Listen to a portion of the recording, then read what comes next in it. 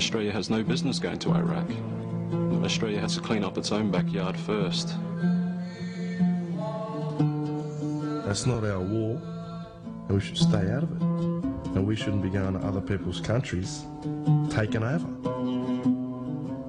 This government has got people so warped.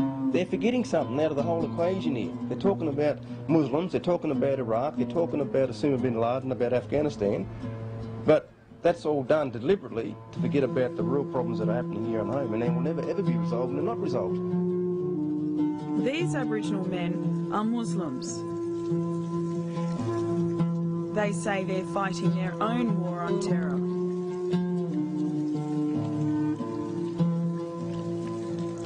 The terrorist to me, as an Indigenous Aboriginal person, is the people now in the government, not the people, but the government, that is occupying this land. We were invaded 217 years ago, and they want to talk about terrorists. There's nothing new about Aboriginal claims for rights and land. What is new is that now these men have discovered a religion that they truly believe understands them. I really believe that the white Australian government's neglected them. No one's helped them. And those people, I feel, need some spiritual guidance. And I think that if Christianity is not willing to treat them like human beings, then I know Islam would. And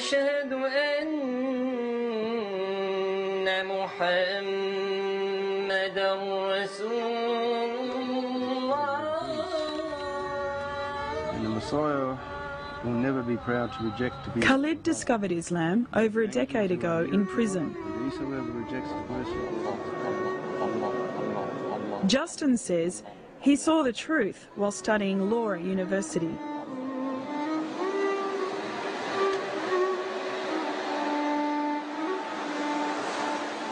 Shazad, a solicitor, was born into it.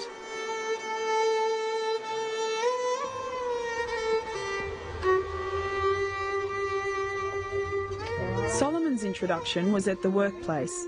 In the blue corner and still foundation. And Anthony Mundine converted after reading the words of African-American Muslim reformer Malcolm X. In a climate of escalating fear over Islam, all of these men proudly identify as Muslims. And as a result, they're exposed to a whole new world.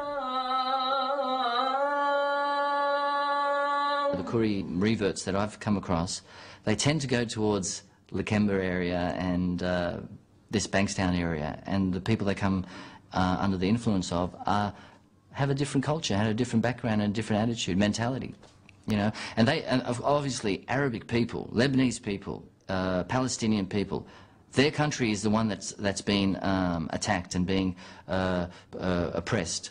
So they've got a stronger attitude, and they support Osama bin Laden because he's their only hope, really. Otherwise, who else is going to help them? Society has marginalised these people, and they look for support and strength in this sort of... Just as a human being. And the fact that I identify myself as an Aboriginal, I think symbolises that, in that whenever I walk around, I'm thinking, I'm an Aboriginal, I'm an Aboriginal. I'm not thinking to myself, I'm a human being, I'm a man. And so this is one of the things, and where the Muslim and the Islamic faith comes into it, is that it gives me that strength to think, yes, I am a man, I am a human being, you'll know better than what I am, and there's nothing you can do to me.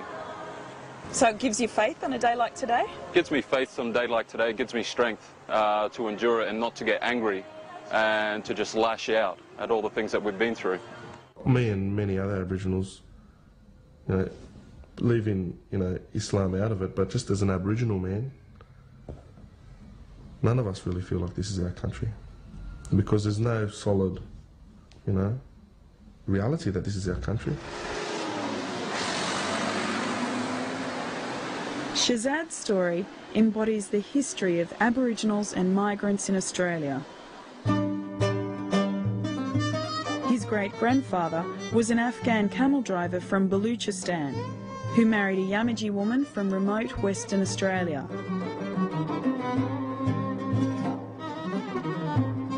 A lot of the times they were on the fringes of white society, so they weren't allowed to camp in town. As were Aboriginal people, they weren't allowed to come into town. I think a rapport, a relationship had built up.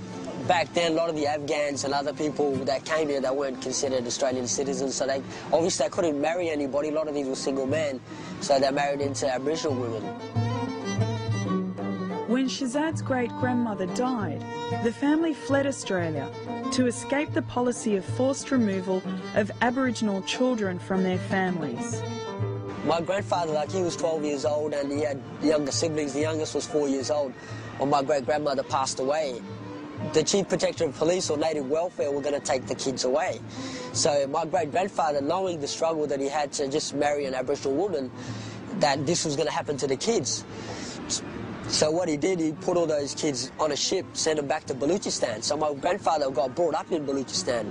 But lucky for that is we maintained one strong culture, you know, being brought up over there.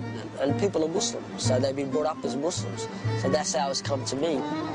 As far as my Aboriginality goes, it fits nicely within that, because it's all based on how Australia is an oppressive state. No matter what we may think with democracy and, you know, the lifestyle, the quarter-acre block and all this stuff, it's still oppressive in many ways. And we, Aboriginal people, are at the bottom of that. The Western way is, you know, every man for himself, dog eat dog, you know, I look after for mine, you look after your own. Where the Aboriginal native way is we look after each other. And Islam is exactly the same, we look after each other. So you combine them two together, mate, that's a big army to fight against. And that's an army with morals and God behind them. Can you ever see that sort of revolution happening here? Definitely. It's so clear to me and the rest of my Aboriginal Muslim mates. It's that clear. When we talk about it, we've all got the exact same. It's clear as day. They're well aware of the impact of their words, and that speaking publicly like this is risky.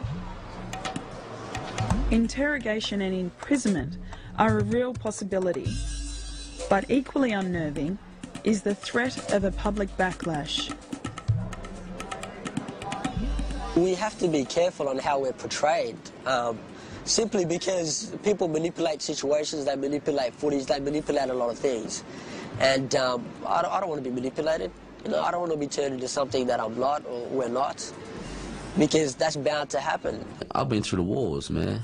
I've been through a lot. The media is trying to, you know, I don't know if anyone has copped as more heat as what I have. Sydney Olympic performance. Mundine, who's a Muslim, took the opportunity to once again speak his mind on matters outside the ring.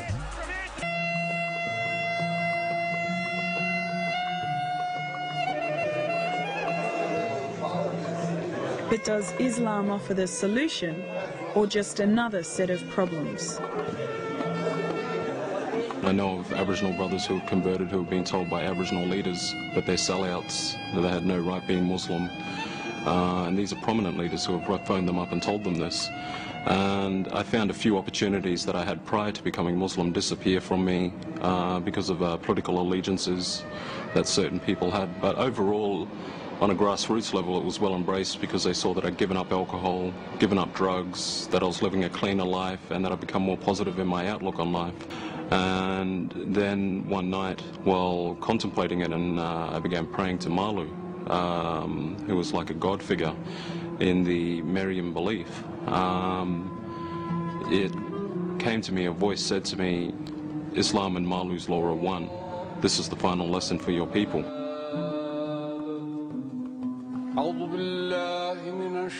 I hope that I never give it up, and I pray to God that I never give it up, because it's just such a beautiful gift which has been given to me. I don't know how I'd survive or how I'd live without it. It's sort of like having food and water. It's part of my sustenance now, and something I need for my survival. In spite of all of their difficulties, these men have staked everything on the word of God. With so much riding on it, it's yet to be seen whether Islam can deliver.